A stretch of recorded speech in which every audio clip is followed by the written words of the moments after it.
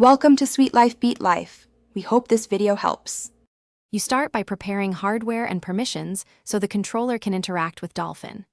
Turn on Bluetooth and put the Xbox controller into pairing mode by holding the Xbox button and sync until it flashes. On Android, open Settings Bluetooth and pair the controller. Make sure it shows as connected. Once done, open the Play Store and install Dolphin, then grant storage and controller permissions. This ensures Dolphin can read ISO files, and Android will accept input from the paired controller.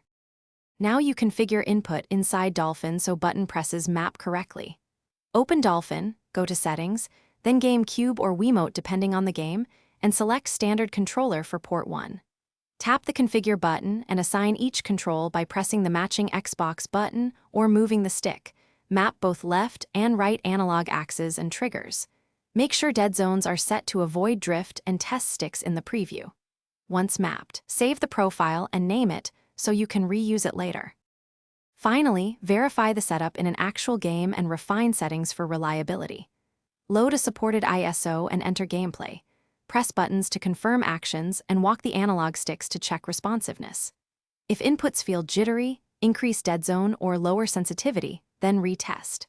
If buttons don't register, exit Dolphin, toggle Bluetooth, unpair and repair the controller, or try a USB OTG cable for a wired connection. That one troubleshooting tip: repairing or wired test.